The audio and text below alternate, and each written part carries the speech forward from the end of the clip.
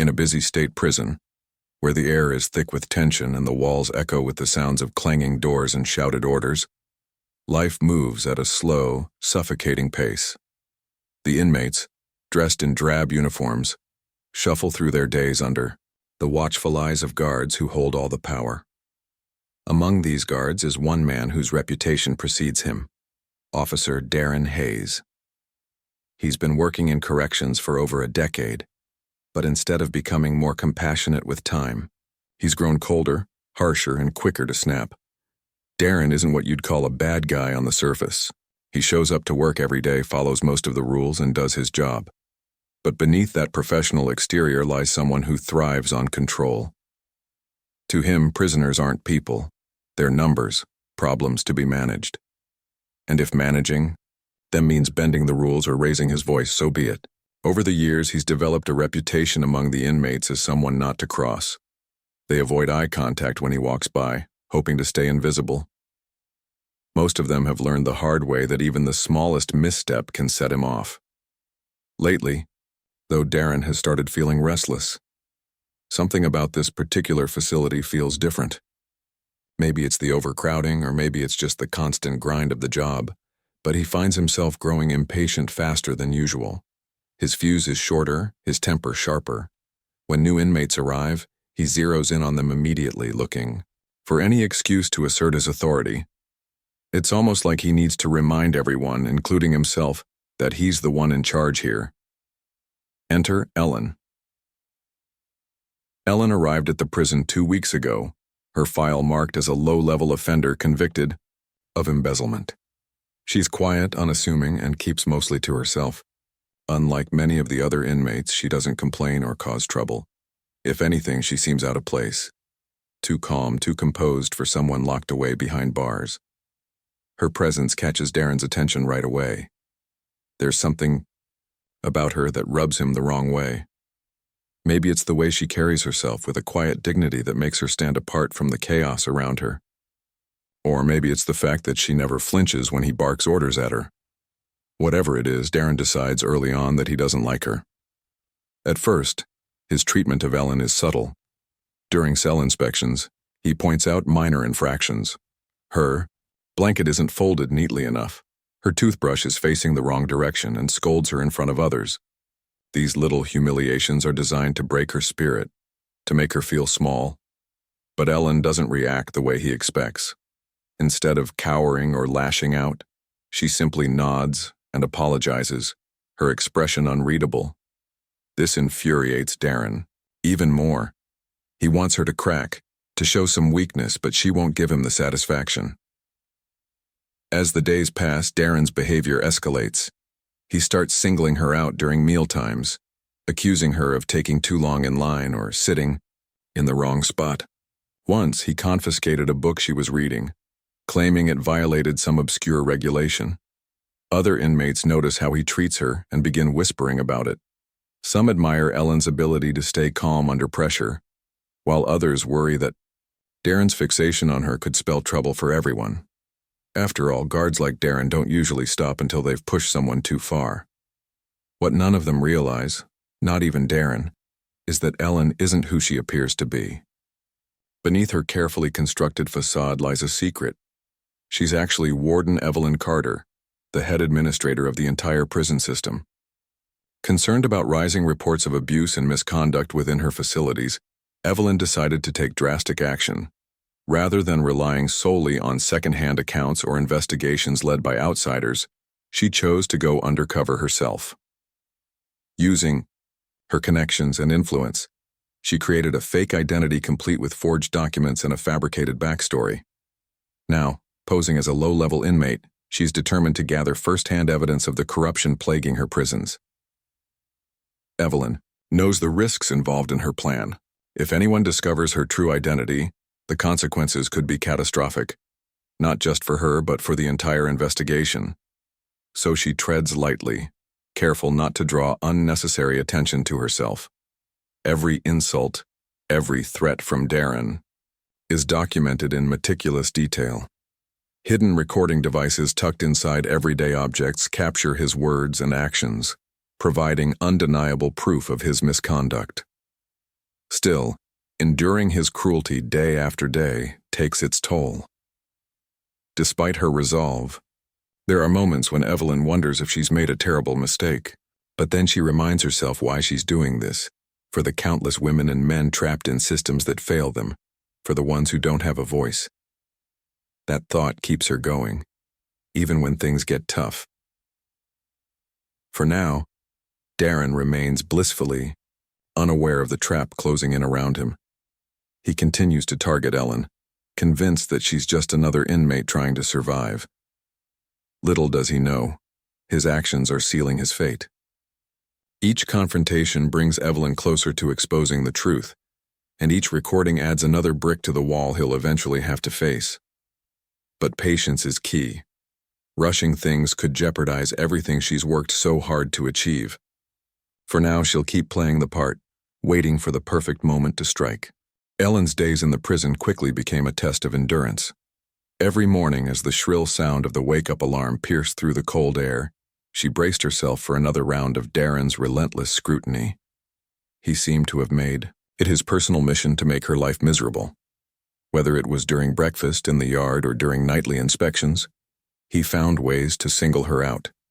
And each time, Ellen absorbed the abuse without so much as a flinch. It wasn't easy. Darren had a knack for finding new ways to push buttons. One day, he'd accuse her of loitering in the hallway, even though she was simply waiting for roll call like everyone else. The next, he'd confiscate something trivial from her cell, like a pen or a notebook, and claim it violated some obscure rule. Other inmates began to notice how often he targeted her. Some whispered sympathetically behind closed fists, while others kept their distance, fearing they might become collateral damage if they got too close to her. What no one realized was that Ellen wasn't just enduring these moments, she was documenting them. Hidden inside a small bar of soap in her cell was a tiny recording device. It captured every word Darren said, every threat he made, and every insult he hurled her way. At night, when the lights were dimmed and most of the inmates were asleep, Ellen would carefully review the recordings. She listened intently, making mental notes about patterns in his behavior. Was he singling her out because he suspected something? Or was this just how he treated anyone who didn't immediately bow to his authority? Despite her calm exterior, there were moments when the weight of the situation threatened to crush her. Late at night, lying on the thin mattress in her cell, she let herself feel the fear and frustration bubbling beneath the surface.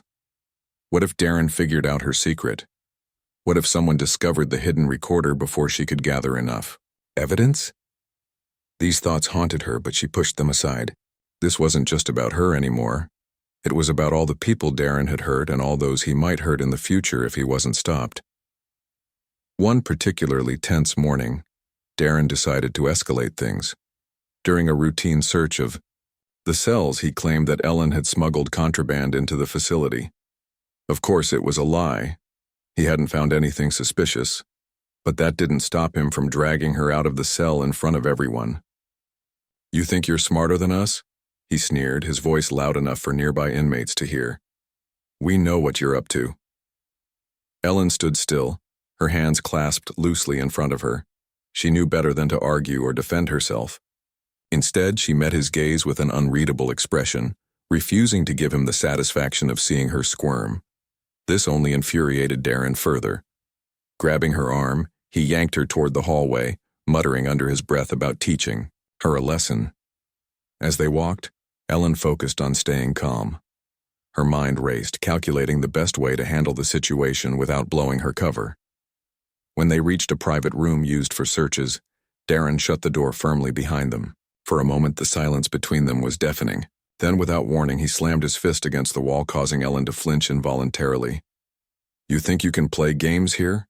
he spat, leaning in close. "This isn't some cushy office job. You follow my rules, or you'll regret it." Ellen swallowed hard, her heart pounding in her chest. This was the moment she'd feared, the point where Darren crossed the line from intimidation to outright aggression. But she forced herself to remain composed. Slowly, deliberately, she nodded. "I understand," she said softly, her voice steady despite the storm raging inside her. Darren glared at her for a long moment before stepping back. He searched her face for any sign of weakness, but all he saw was quiet resolve. Frustrated, he muttered something unintelligible and stormed out of the room, leaving Ellen alone. She waited until she heard his footsteps fade down the hall before exhaling deeply.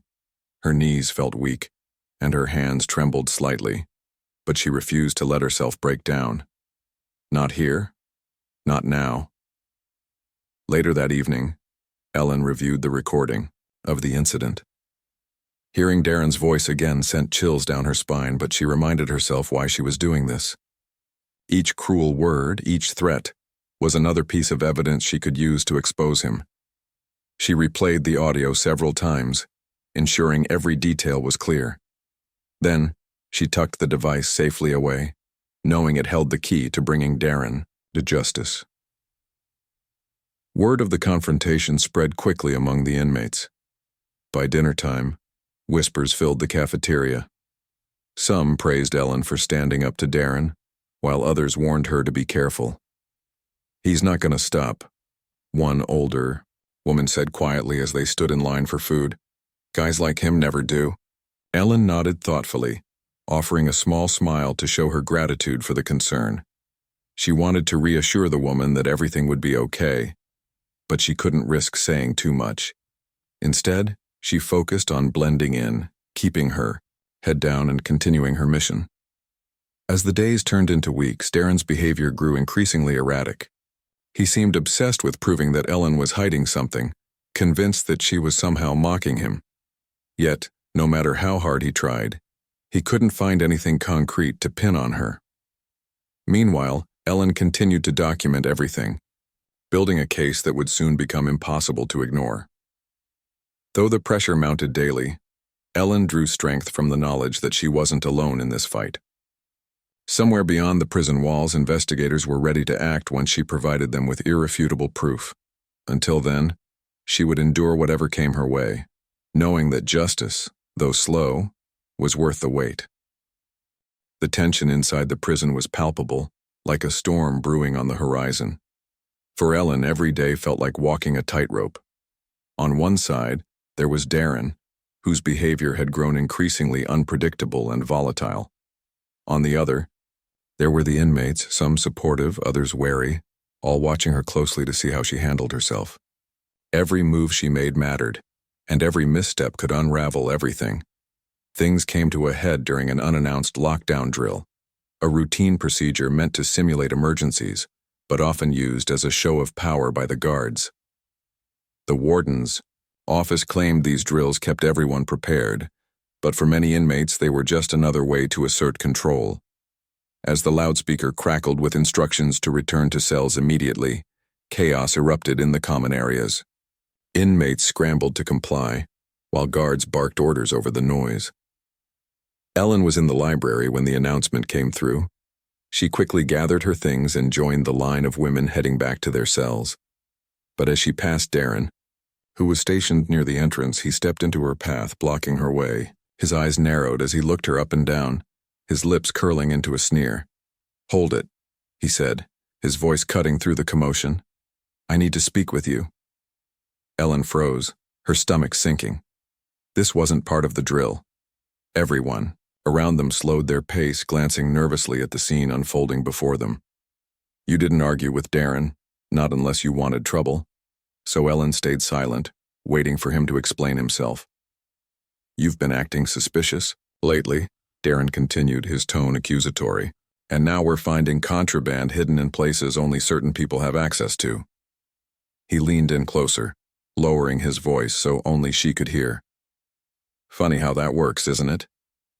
Ellen's mind raced. Contraband? That was new. She hadn't brought anything into the facility, and she knew better than to accept items from anyone else. Still, Darren's words planted seeds of doubt in the minds of those listening. A few inmates exchanged uneasy glances, wondering if Ellen really was hiding something.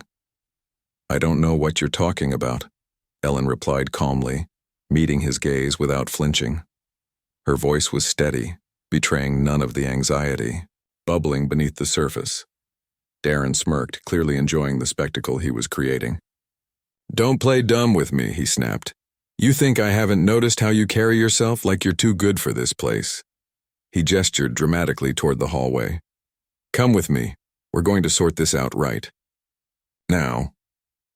The room fell silent as Ellen followed Darren down the corridor, aware of the dozens of eyes tracking her every step. Other inmates whispered behind cupped hands, speculating about what might happen next. Some pitied her. Others seemed almost gleeful at the prospect of drama. Whatever the case, Ellen knew she was walking into dangerous territory. They reached a small windowless room used for private searches and disciplinary meetings.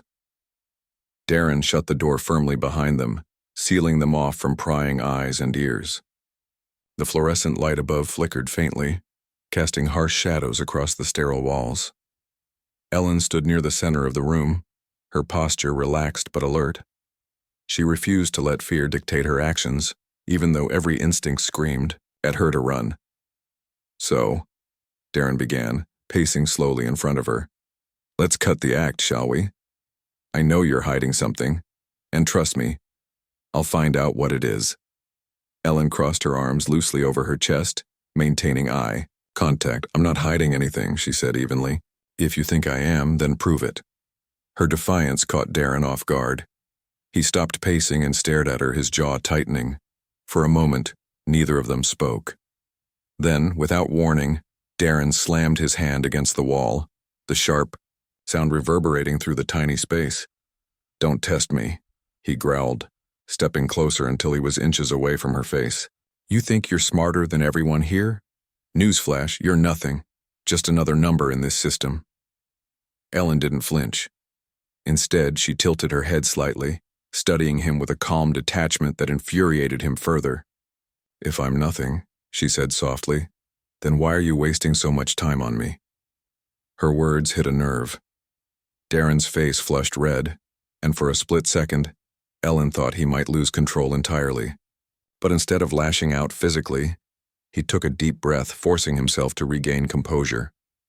He couldn't afford to leave marks, not when cameras monitored most areas of the prison. Physical violence would be too easy to trace back to him. Instead, he opted for psychological warfare.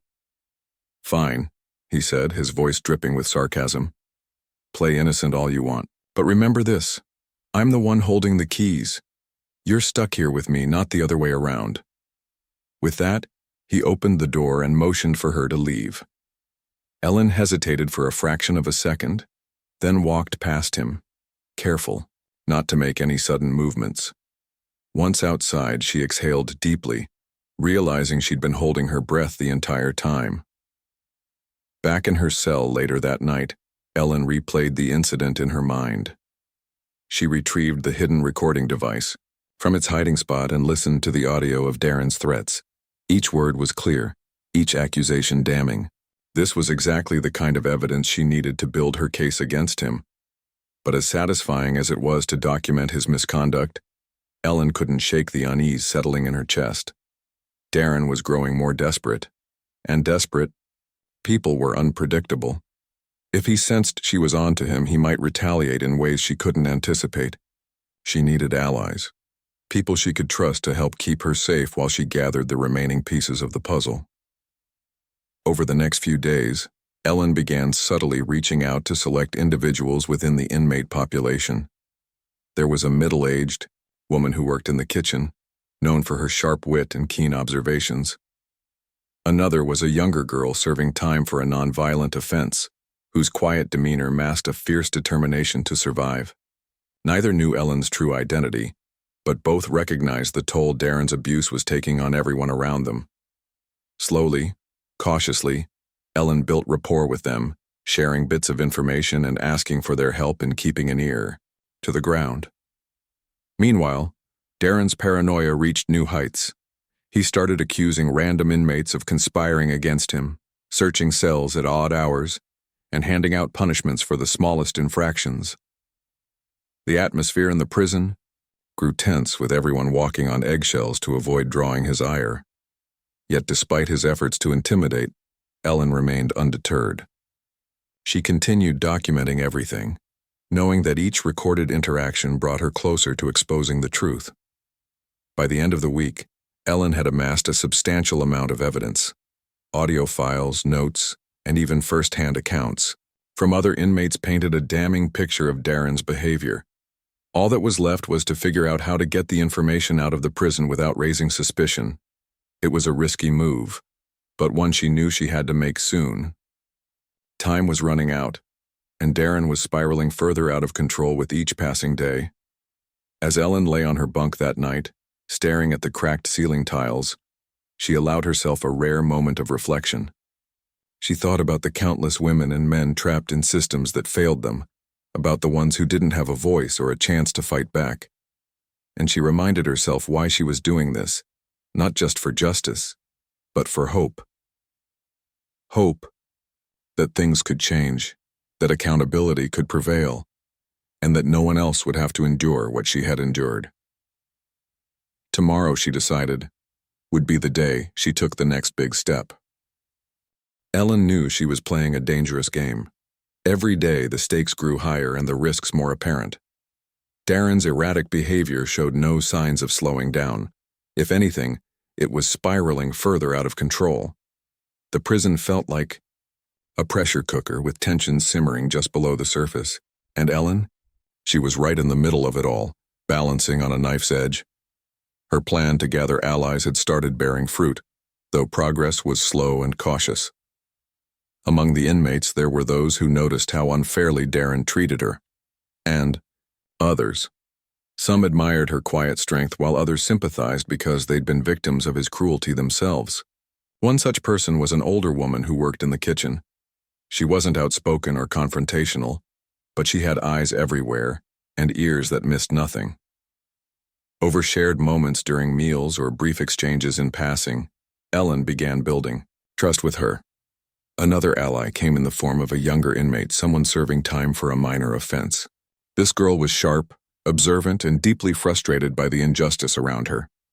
Though initially wary of Ellen, she eventually warmed up after realizing Ellen wasn't trying to cause trouble. She was trying to fix things. These two women became invaluable sources of information, offering snippets about Darren's behavior when Ellen wasn't around. They also helped spread the word among other inmates to stay vigilant, ensuring no one accidentally tipped him off about Ellen's activities. But even with these alliances forming, Ellen couldn't let her guard down. Darren's obsession with her hadn't waned. If anything, it intensified. He seemed determined to break her, to prove that he held all the power. During inspections, he lingered longer at her cell than anyone else's, scrutinizing every corner as if expecting to find something incriminating. In the cafeteria, he made snide comments loud enough for nearby tables to hear, mocking her supposed crime and implying she didn't belong in prison. It was psychological warfare, plain and simple. One afternoon, during recreation time, in the yard, Darren took his antics to a new level. As Ellen sat quietly on a bench trying to blend into the background, he approached her with a smug grin. Leaning against the fence beside her, he crossed his arms and said, "You know, people are starting to talk. They think you're up to something." Ellen glanced at him briefly before returning her gaze to the ground. "I'm not," she replied evenly, keeping her tone neutral. She knew better than to engage too much. It would only fuel his fire.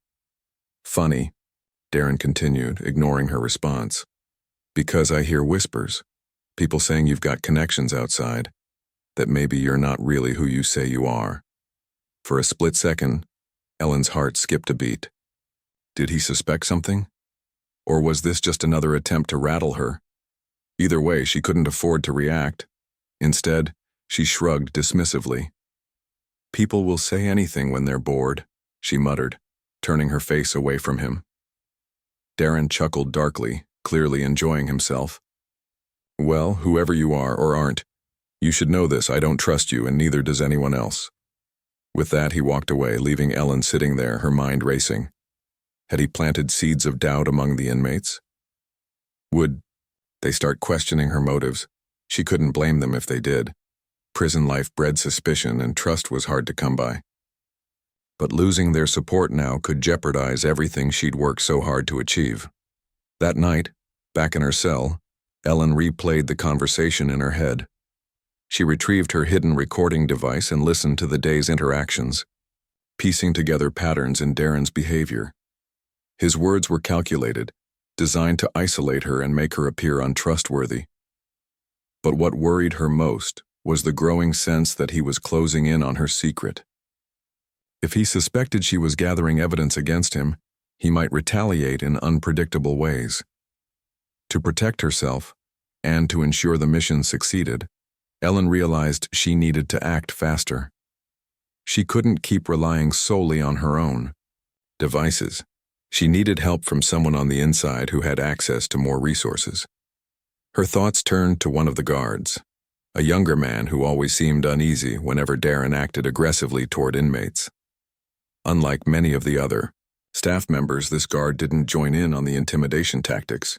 He kept to himself, doing his job without unnecessary drama. Ellen decided to test the waters. During a routine hallway patrol, she found herself alone with him for a few moments.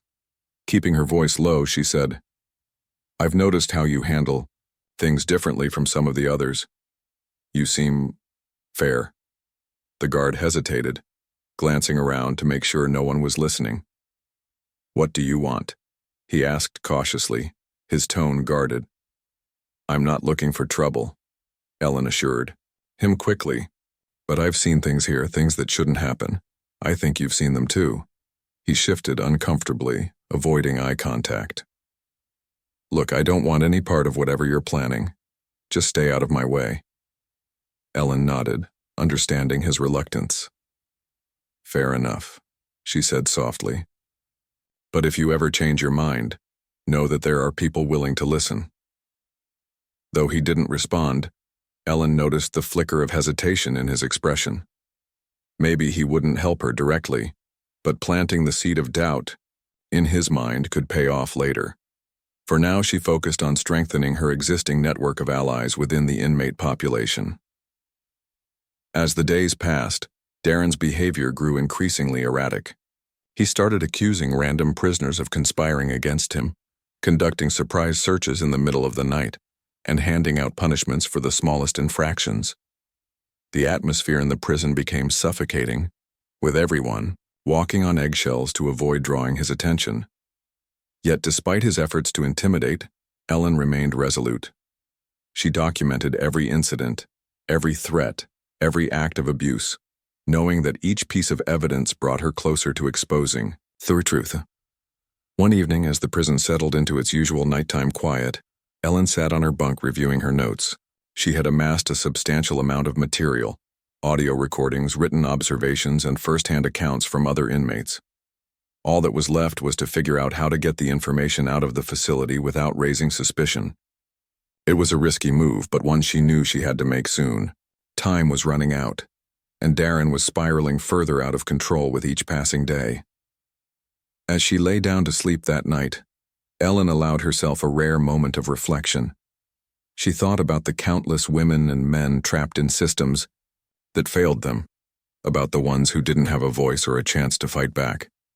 And she reminded herself why she was doing this, not just for justice, but for hope. Hope that things could change, that accountability could prevail, and that no one else would have to endure what she had endured. Tomorrow, she decided, would be the day she took the next big step. The plan was set. After weeks of careful preparation, Ellen knew it was time to move forward. She had gathered enough evidence, recordings, notes, and first-hand accounts, to paint a damning picture of Darren's misconduct. But getting that evidence out of the prison undetected was going to be the hardest part yet. One wrong move and everything could fall apart. Ellen spent the next few days observing the routines of the guards, looking for any gaps or opportunities she could exploit. She noticed that during shift changes, there was a brief window when oversight was minimal. The handover between incoming and outgoing staff often created moments of distraction, giving inmates a rare chance to slip unnoticed. It wasn't much, but it was all she had to work with. Her allies among the inmates played a crucial role in helping her execute the plan. The older woman from the kitchen agreed to smuggle the recording device out of Ellen's cell by hiding it inside a loaf of bread meant for delivery to the staff break room. Bread was baked daily in the kitchen, and loaves were routinely sent to various parts of the facility. If anyone asked questions, the woman would simply say it was a mix-up, a loaf accidentally marked for staff instead of inmates. The younger inmate volunteered to act as a lookout, keeping an eye on Darren and alerting Ellen if he showed signs of approaching the kitchen area. Her sharp instincts and ability to blend into the background made her perfect for the job. Together, they formed a small but tightly coordinated team, each person playing their part without drawing attention to themselves. On the morning of the operation, Ellen felt a knot tighten in her stomach. This was it. The moment of truth. She handed over the tiny recorder to the older woman. She whispered, "Be careful." The woman nodded firmly, tucking the device securely inside the hollowed-out bread before wrapping it up again. No one would suspect a thing. Meanwhile, the younger inmate stationed herself near the cafeteria entrance, casually leaning against the wall as if waiting for a friend. Her job was simple: keep watch and signal Ellen if Darren appeared. So far, so good. He was nowhere in sight. As the kitchen staff loaded trays of food onto carts for distribution, the loaf containing the evidence was placed alongside other items destined for the guards' break room. Ellen held her breath, watching from a distance, as the cart rolled down the hallway. Every second felt like an eternity. What if someone decided to inspect the deliveries? What if Darren somehow found out? But luck, or maybe fate, was on their side. The cart reached its destination without incident, and the loaf disappeared into the break room along with the rest of the supplies. From there, it would be picked up by an outside contact, a trusted investigator working directly with Warden Evelyn Carter's real identity. Once the recordings were safely in their hands, the investigation could begin in earnest. Back in the prison, life continued as usual, or at least as usual as it ever got. Darren remained oblivious to what had just transpired, still convinced that Ellen was hiding something. His paranoia only grew stronger, leading him to accuse more inmates of conspiring against him. The atmosphere in the facility became increasingly tense, with everyone walking on eggshells to avoid his wrath. Yet despite the mounting pressure, Ellen felt a renewed sense of determination. Knowing that the evidence was now out of her hands gave her a glimmer of hope. That evening, as she lay on her bunk staring at the cracked ceiling tiles, Ellen allowed herself a moment of quiet satisfaction. She had done everything she could to ensure the mission succeeded. Now all she could do was wait and stay vigilant until the storm broke. A few days later, whispers began circulating among the staff. Word spread quickly that an internal review was imminent, though no one seemed to know exactly why. Darren, sensing trouble brewing, tried frantically to cover his tracks. He destroyed old records, intimidated potential witnesses, and even attempted to bribe a few colleagues into silence. But his efforts only made him look guiltier, raising suspicions among those who hadn't paid much attention before. During a mandatory meeting called by Warden Carter, Darren sat stiffly in his chair, fidgeting nervously. He glanced around the room, searching for clues about what might be coming next. Surely, he thought, this was just routine bureaucracy. Nothing to worry about. Still, the unease gnawing at him refused to fade. Then the door opened. All eyes turned toward the entrance, as a figure stepped inside. At first, Darren didn't recognize her. Why would he? To him, she was just another inmate, an annoyance he'd been trying to break for weeks.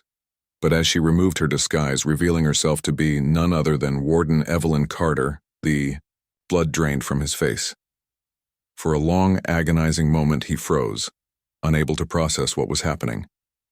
Evelyn scanned the room, her gaze steady and unwavering.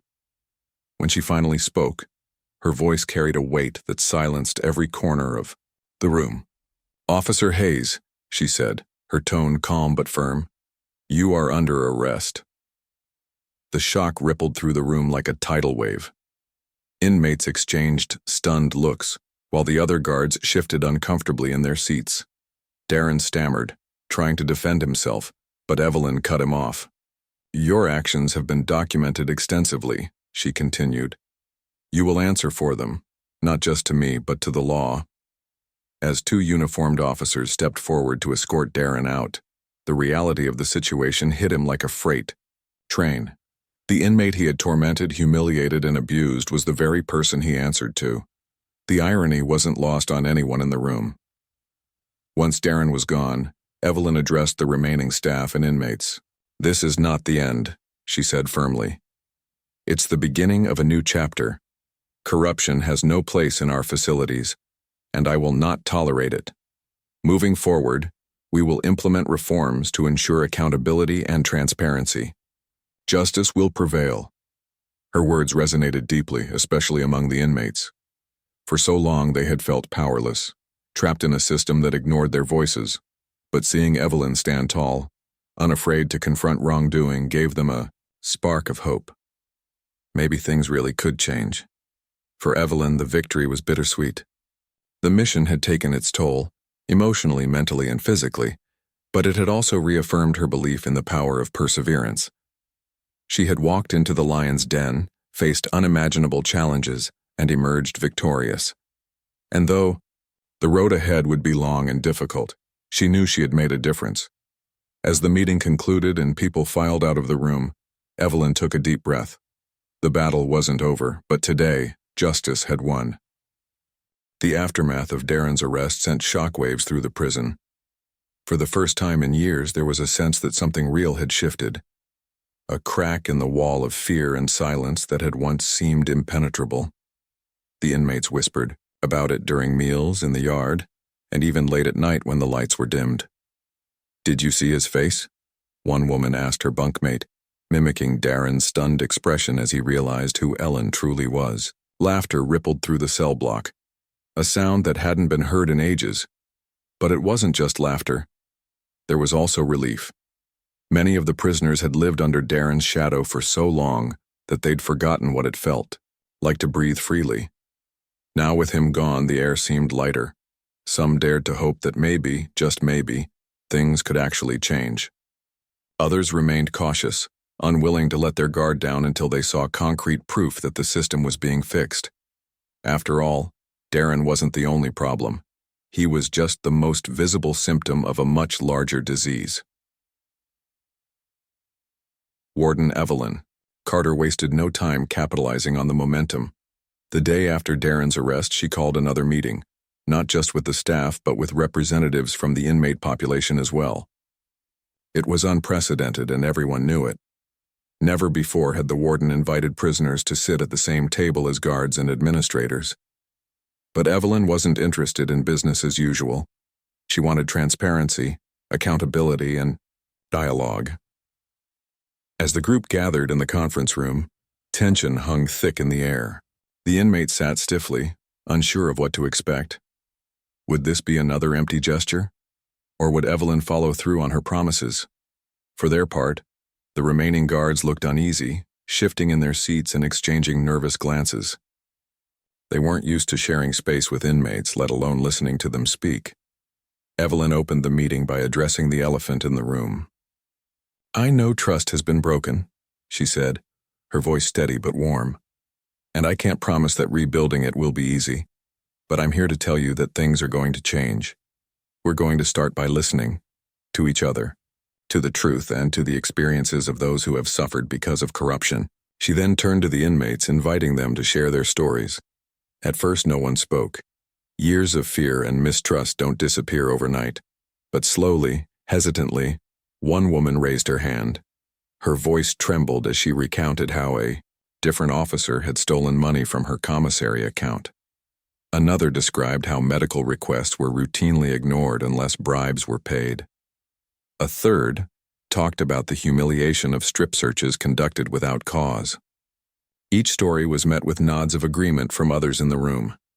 For Evelyn, hearing these accounts firsthand was both heartbreaking and infuriating. She had suspected widespread abuse, but nothing could have prepared her for the raw emotion in the room. These weren't just statistics or reports, they were human beings who had endured unimaginable hardships. And now, finally, someone was listening.